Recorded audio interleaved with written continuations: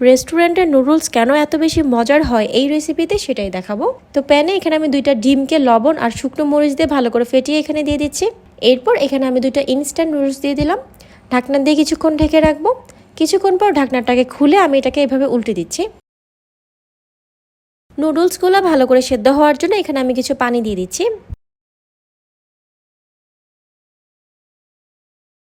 এখানে আমি গরম পানিটা ইউজ করেছি। এখন আবারও ঢাকনা দিয়ে ঢেকে এটাকে সিদ্ধ করে নিতে হবে। দেখতেই পাচ্ছেন এটা কিন্তু একদম সেদ্ধ হয়ে গিয়েছে। আর এখানে কিন্তু কোনো প্রকার পানি রাখা যাবে না। এখন ডিমের মিশ্রণটাকে যতটুকু সম্ভব স্ক্রাম্বল করে নিব। আর এখন আলতো হাতে আমি নুডলসগুলোকে এইভাবে আলাদা করে নিচ্ছি।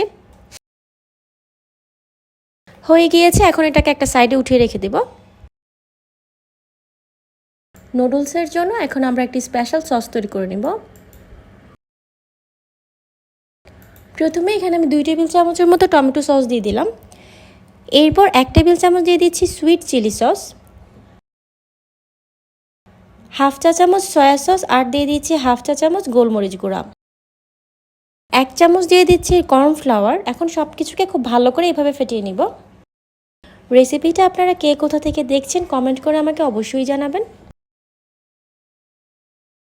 প্যানে সামান্য তেল দিয়ে এখানে 1 চা চামচ দিয়ে দিচ্ছি রসুন কুচি, সেই সাথে কিছু কাঁচামরিচকে মাঝখান দিয়ে এভাবে কেটে দিলাম। কাঁচামরিচ আর রসুনটাকে হালকা একটু ভেজে নেব। হালকা একটু ভাজা হয়ে গিয়েছে। এরপর এখানে আমি একটা পেঁয়াজ কুচি দিয়ে দিচ্ছি, সেই সাথে 1 কাপ দিয়ে দিচ্ছি বরবটি কুচি, হাফ কাপ দিয়ে দিলাম গাজর কুচি। সবজিগুলোকে নেড়েচেড়ে ভালো করে ভেজে নিতে হবে। স্বাদ মতো অল্প কিছুটা লবণ দিয়ে দিব।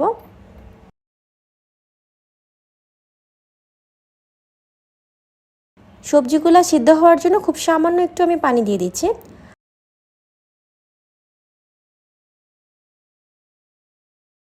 হালকা একটু নেড়েচেড়ে ঢাকনা দিয়ে কিছুক্ষণ ঢেকে রাখবো। কিছুক্ষণ পর ঢাকনাটাকে খুলে দিচ্ছি। এই পর্যায়ে সবজিটা কিন্তু সেদ্ধ হয়ে গিয়েছে, দেখতেই পাচ্ছেন।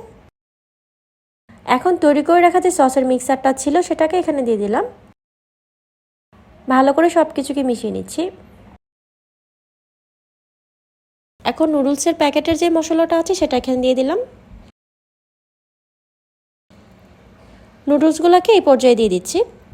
সব কিছুকে ভালো করে নেড়েচেড়ে মিশিয়ে নেব।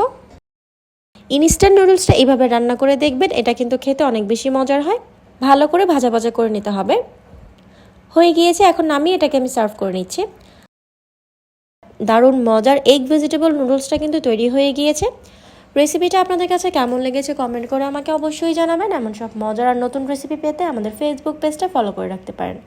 আজ এ পর্যন্ত সবাই অনেক বেশি ভালো থাকবেন। আল্লাহ হাফেজ।